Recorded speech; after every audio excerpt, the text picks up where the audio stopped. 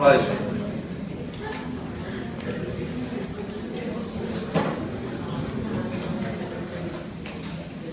Bueno, lo primero es agradeceros por invitarme a vuestro curso de ecografía y actualización. Creo que es el tercer curso. Me han rogado que por favor fuera muy breve. Y creo que me voy a limitar a un espacio de unos 20 minutos o 15 minutos.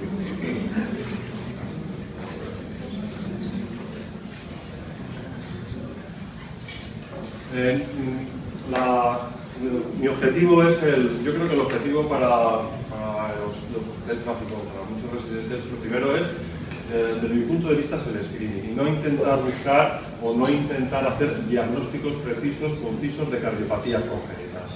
Me explico, doble salida, habéis ido todos a los cursos estos que dan en Madrid o en Barcelona, donde hablamos de doble salida del ventrículo derecho, truncus arterioso. Hay que simplificarlo un poco. Entonces, yo he elaborado una serie de puntos clave que nos van a servir para la detección prenatal de las cardiopatías congénitas. Esto requiere 4 pasos, una valoración ecocardiográfica fundamental, y el primer paso sería identificar 2 aurículas y 2 ventrículos de tamaño normal. ¿Qué son de tamaño normal? Pues que estén equilibrados, que no haya uno más grande que otro, y que simplemente a la vista nos parezcan que son iguales las 2 aurículas y los 2 ventrículos. Sí que es cierto que en ocasiones la aurícula derecha es un poco más grande que la aurícula izquierda. El segundo paso es valorar las válvulas AV, que estén bien insertadas y que estén permeables. El tercer paso sería identificar el tabique interventricular, el septo interventricular, verlo íntegro. Y el cuarto paso, el que los vasos se encontrasen bien relacionados. Bien relacionados quiere decir que la pulmonar, que es la arteria que se divide en 2 cuando sale del corazón, sale del ventrículo derecho y la aorta sale del ventrículo izquierdo. Y además las arterias, al salir del corazón, se cruzan. Haremos entonces un diagnóstico anatomoecográfico, no haremos un diagnóstico cardiológico, porque no somos cardiólogos, sí, pero esto no va destinado a aprender cardiología. Haremos un diagnóstico anatomoecográfico mediante estos 5 hallazgos. El primero es, primera pregunta, ¿hay desbalance ventricular? ¿Los 2 ventrículos son iguales o hay un ventrículo que es más grande que otro? Segunda pregunta, las anomalías de las válvulas AV. ¿Se encuentran bien las válvulas AV? ¿Son permeables? ¿Hay defecto del tabique? ¿Defectos septales del tabique interventricular? La cuarta pregunta, ¿hay cabalgamiento aórtico? ¿La aorta sale a caballo de los 2 ventrículos? Y la quinta pregunta sería si los grandes vasos salen en paralelo, en cañón de escopeta, o por el contrario, como es lo normal, se cruzan.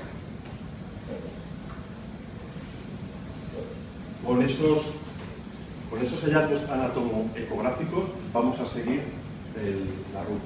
El primero es el desbalance ventricular. Lo podemos encontrar siempre en las 4 cavidades, eso es la proyección más sencilla, un ventrículo derecho aumentado. Un ventrículo derecho aumentado sospecharemos en el síndrome de coartación. Y en el síndrome de coartación incluimos la coartación de aorta, que es un estrechamiento localizado, la interrupción del arco aórtico, no hay aorta descendente, o el arco aórtico hipoplásico. A eso le llamaremos síndrome de coartación. ¿Cuándo consideramos que un ventrículo derecho está aumentado? Bueno, la mayoría de las veces es a ojo. Te da la sensación de que el ventrículo derecho es más grande que el izquierdo. Habitualmente, bueno, son un 50% más grande una cavidad derecha que una cavidad izquierda, porque todo esto son cálculos de probabilidades. La coartación de aorta no se puede diagnosticar, o es muy difícil diagnosticarla viendo la coartación, viendo el arco aórtico. Entonces lo que se hace es sospecharla porque el ventrículo derecho lo vemos grande. Cuanto más grande sea el ventrículo derecho y mayor sea la desproporción, mayor probabilidad tendremos de que exista coartación, interrupción o arco aórtico hipoplásico. Si la desproporción es ligera, pues a lo mejor el niño nace y no tiene nada.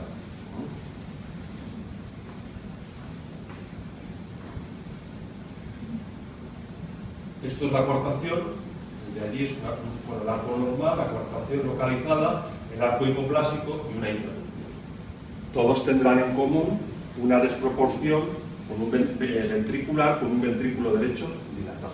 A más dilatación del ventrículo derecho, mayor probabilidades de que tenga esto.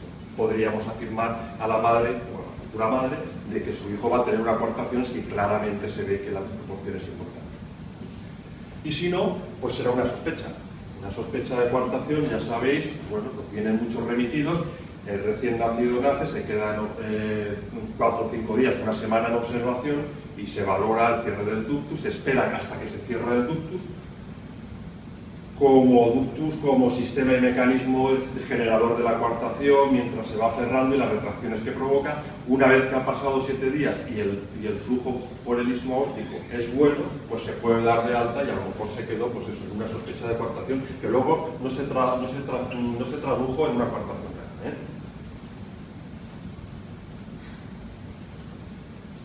Síndrome de coartación, bueno, aquí tenemos dos casos, ¿eh? Ventrículo derecho es el anterior. Bueno, aquí siempre la columna, la aorta descendente, la aurícula izquierda, la aurícula derecha, el ventrículo derecho dilatado y el ventrículo izquierdo. Estos son, en general, un 50% más grande, es muy sospechoso de coartación.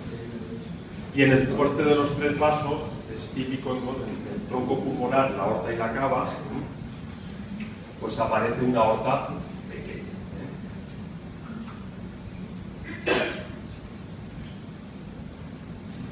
Esto es un torso posterior, la columna está de abajo, la aorta descendente, la aurícula derecha, el ventrículo derecho, y este pues claramente, francamente, se ve que el ventrículo derecho es casi el doble del ventrículo izquierdo, es una coartación.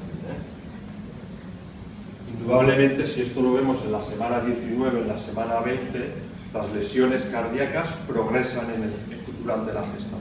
O sea, esto en la semana 20, cuando lleguemos a la semana 38, va a ser la desproporción todavía mayor. Continuamos con disbalance ventricular, ventrículo derecho pequeño. ¿En qué sospecharemos? Cuando encontremos un ventrículo derecho pequeño, en estenosis pulmonar, en un grado superior de estenosis pulmonar que se llama atresia pulmonar con septo íntegro. Es un espectro, en realidad la salida del ventrículo derecho está obstruida. O la atresia tricúspide. Aquí tenemos un ventrículo, o sea, 2 casos de atresia tricúspide. Ventrículo derecho pequeño. Lo derecho aquí rudimentario, el ventrículo derecho rudimentario, la aurícula derecha, la aurícula izquierda. Sospecharemos la atresia tricúspide cuando no encontremos la conexión entre la aurícula derecha y el ventrículo derecho. Este es un caso de atresia tricúspide. El ventrículo izquierdo, la aurícula izquierda, la aurícula derecha, un ventrículo derecho rudimentario, pequeño, hipoplásico, y no hay válvula V entre la aurícula y el ventrículo. Ausencia de conexión entre aurícula derecha y ventrículo derecho. Continuamos con ventrículo derecho pequeño, pues la estenosis pulmonar, atresia pulmonar. Aquí está el dorso posterior, la columna, la aorta descendente, la aurícula más cerca a la aorta descendente, cortada en ortogonal, que baja por la izquierda de la columna, es la aurícula izquierda, la aurícula derecha, el ventrículo siempre más anterior, el que está pegado a la pared, es el ventrículo derecho, y este es el ventrículo izquierdo. Son 3 casos de ventrículos derecho pequeños, los cuales siempre nos harán sospechar atresia pulmonar o estenosis pulmonar septal. Un ventrículo derecho pequeño, hipoplásico, una aurícula derecha, y ahí parece que hay una válvula tricúspide que se abre. Muchas veces el espectro viene a ser el mismo. Estenosis pulmonar severa, pues siempre va con un ventrículo derecho pequeño, y si el ventrículo derecho es pequeño, la válvula tricúspide es pequeña o está interforada. Por eso a mí me gusta hablar de estos diagnósticos anatomográficos y no de diagnósticos cardiológicos, porque muchas veces diferenciar entre una estenosis pulmonar muy severa, con un ventrículo derecho muy pequeño, hipoplásico, y una válvula tricúspide que no se mueve, a eso, o que se abre muy poquito, a eso como le llamamos, ¿entiendes? Le llamamos estenosis pulmonar, le llamamos atresia tricúspide,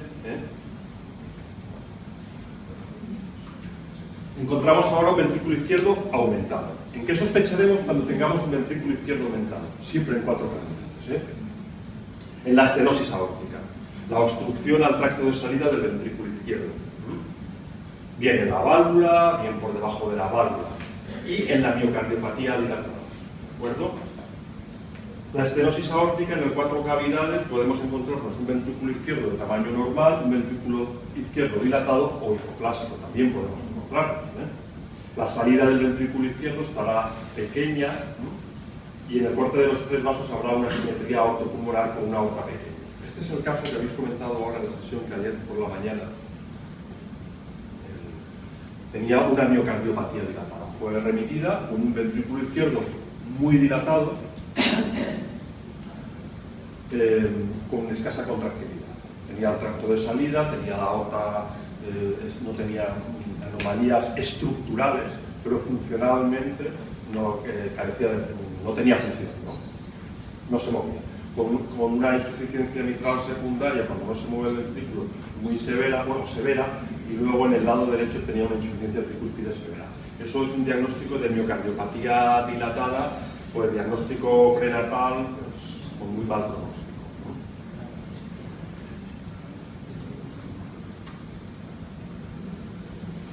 Ahí vemos un ventrículo izquierdo muy dilatado, con una discreta fibrolastosis, que es ese poquito blanco que tiene por aquí,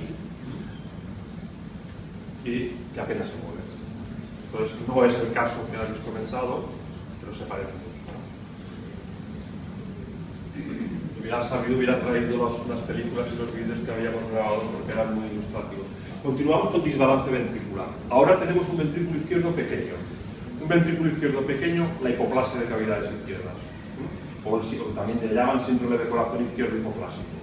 En el 4 cavidades, un ventrículo izquierdo muy pequeño, diminuto, hay estenosis o atresia mitral, hay estenosis o atresia aórtica, y en el corte de los 3 vasos, la arteria pulmonar, la aorta es muy pequeña, y la arteria pulmonar pues está dilatada. Como veráis, todo siempre lo he intentado enfocar hacia el corte de las 4 cavidades. No me he ido a buscar cosas o cortes distintos que sabemos que existen. Un poco por simplificarlo también todo eso. Estos son casos de síndrome de corazón izquierdo hipoplásico. Pues son 4 cavidades. Aquí está la columna, la aorta descendente, la aurícula izquierda, la aurícula derecha, un ventrículo derecho, y esto es un rudimento del ventrículo izquierdo. Y en el corte de 3 vasos, la arteria pulmonar, la aorta y la cava, la aorta pequeñita. Es un caso de hipoplasia de cavidades izquierdas con una válvula tricúspide, un ventrículo derecho y una aurícula derecha, y un rudimento del ventrículo izquierdo. Está el dorso posterior, la columna, la aorta descendente.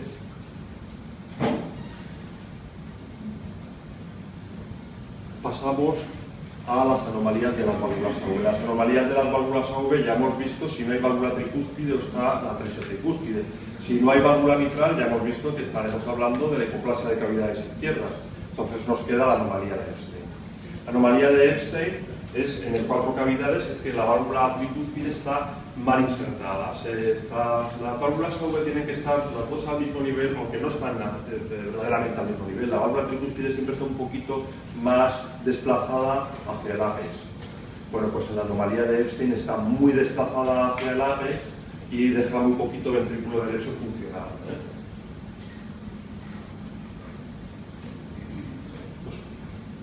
Pues aquí está, bueno, esto es la aurícula derecha, pero fijaros aquí la válvula mitral que está insertada aquí en su sitio, la válvula tricúspide está más cerca del ápex y prácticamente pues deja un ventrículo derecho funcionalmente hipoplásico o pequeño. Se acompaña y se suele acompañar de insuficiencia de la válvula tricúspide de carácter S. El tabique interventricular. en el tabique interventricular los defectos septales. La comunicación interventricular y el canal AV.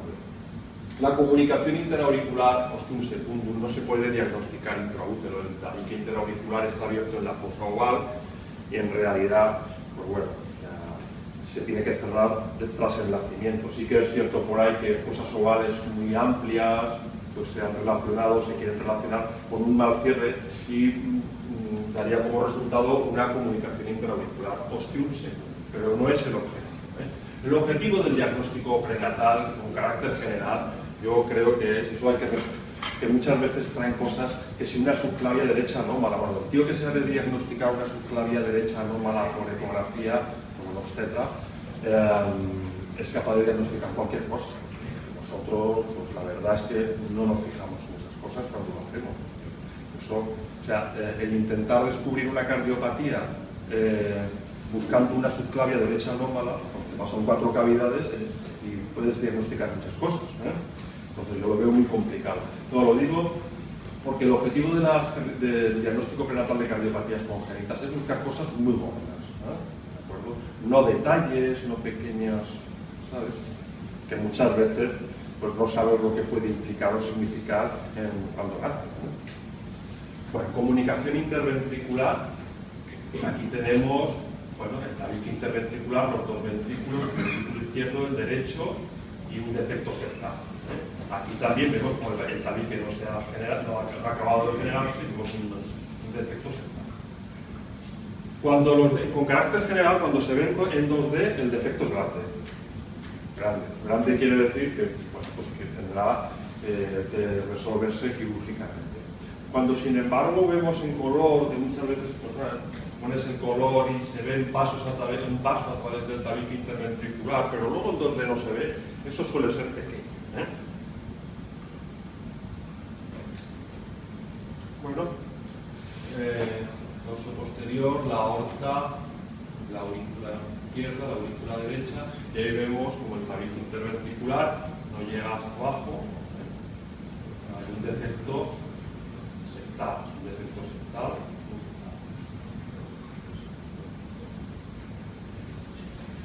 Continuamos con el tabique, con el septo, el canal AV, los defectos septales del canal AV. Es la cardiopatía congénita más frecuente en el diagnóstico prenatal. Siempre va a alterar el corte de los 4 vasos, de las 4 cavidades, y además es detectable en época precoz, porque es muy llamativa. O sea, en 4 cavidades ves que ahí algo pasa. En el centro del corazón falta tejido. Hay una imposibilidad de identificar la cruz normal del corazón. Las válvulas AV se encuentran al mismo nivel. Hay una válvula AV única y hay defectos septal a nivel auricular y ventricular. Varios ejemplos.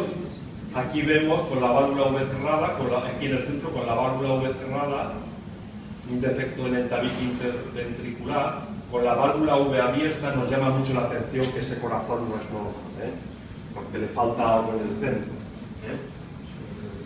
Veis aquí con la válvula AV cerrada como está toda una válvula AV única, al mismo nivel. Y cuando se abre la válvula AV, pues deja aquí un espacio libre de ecos pues que corresponde al defecto septal y al defecto que también tiene en el tabique interauricular. Eso es un canal, válvula AV única, el ventrículo derecho está arriba, el ventrículo izquierdo abajo. Una sola válvula y aquí veis cuando se abre, como hay, falta la cruz cordis. Esto es muy bien.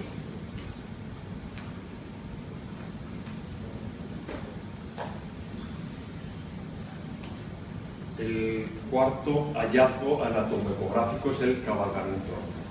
El cabalgamiento aórtico es que la aorta sale, en condiciones normales, la aorta sale del ventrículo izquierdo. Tiene una continuidad con el ventrículo izquierdo. Bueno, pues cuando estamos en el 4 cavidades y levantamos un poco, bajamos para ver la salida de los grandes vasos, vemos que hay una arteria, que es la aorta, que sale a caballo de los dos ventrículos. El ventrículo derecho y el ventrículo izquierdo, esto es la aorta, y está relacionada con cuando le damos color, vemos que la aorta se rellena desde los dos.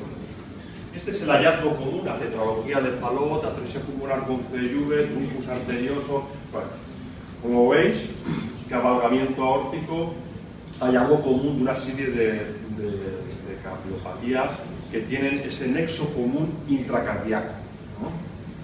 Para la comunicación interventricular de un Fallot, de una atresia pulmonar con CV o con un truncus arterioso, a nivel intracardíaco es similar, es igual. Lo que lo diferencia, la atresia pulmonar con CV, muchos le llamamos tetralogía de Fallot extrema. Y el truncus arterioso es que no hay arterias pulmonares. Cuando las vayas a buscar no las vas a encontrar.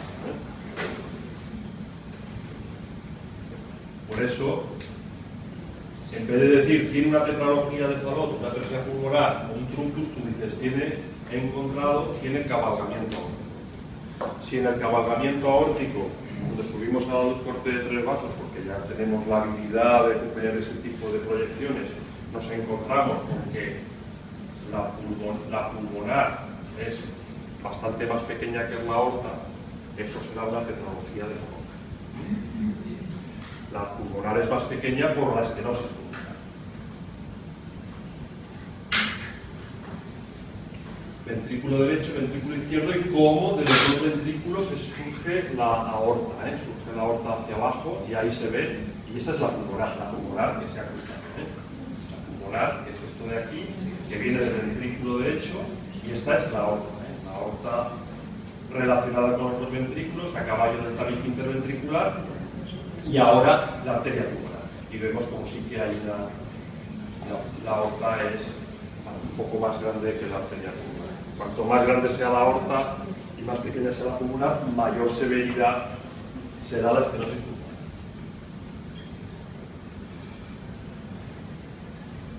Los dos ventrículos, el ventrículo derecho arriba, el izquierdo abajo, y una aorta o un gran vaso. No le vamos a llamar aorta, porque no sabemos qué va a ser. Lo que sí que podemos decir en este caso en concreto es que hay una arteria, que no encuentro otra, que sale del corazón, que está a caballo de los dos ventrículos. No sé si es la aorta o la pulmonar, porque a veces eso es difícil. La pulmonar siempre, para diferenciar una de otra, la pulmonar es la arteria que se ramifica en dos al salir del corazón. Bueno, en dos no se ramifica en dos, se ramifica en realidad un poco fetal en tres, porque uno es el ductus y luego los ramas pulmonares. Bueno, y el último hallazgo anatomográfico será los grandes vasos en paralelo. Los grandes vasos en paralelo, las arterias al salir del corazón no se cruzan, que es lo normal, y salen en cañón de escopeta. Eso es la transposición de las grandes arterias. La transposición de las grandes arterias en 4 cavidades es normal, la salida de los grandes vasos está en paralelo. Luego, si somos meticulosos y tenemos la habilidad de poder ver cómo sale del ventrículo derecho una arteria que no se ramifica, que es la aorta, y del ventrículo izquierdo veremos una arteria que se divide en dos, que es la arteria pulmonar. Pero vamos, el hallazgo clásico tradicional para poder diagnosticar la intraútero ha sido esto, ¿no? En 4 cavidades, normal. Y cuando vamos a sacar las grandes arterias vemos cómo salen las dos arterias en paralelo, no se cruzan, y con el color no lo identifican. Esto es una transposición dorso posterior, la columna, la aorta descendente, ya sale el corazón, la aurícula más cerca a la aorta descendente y más posterior es la aurícula izquierda, la aurícula derecha, el ventrículo derecho y el ventrículo izquierdo. Vemos como, ya lo hemos visto, aquí en el ventrículo izquierdo sale una arteria que se ramifica en dos y del ventrículo derecho sale otra arteria. Son dos arterias en paralelo, no se cruzan, y si te fijas en la que sale del ventrículo izquierdo, pues vemos que se ramifica, que es la arteria pulmonar. Esto sería una transposición. Luego los detallitos de la transposición, si tiene o no tiene estenosis pulmonar, si tiene CV, pues vamos a... Y con esto, todavía no me queda otra. Esto también es caso de transposición, dos arterias que salen del corazón y que no se cruzan. Bueno, esto se ha acabado. He intentado ser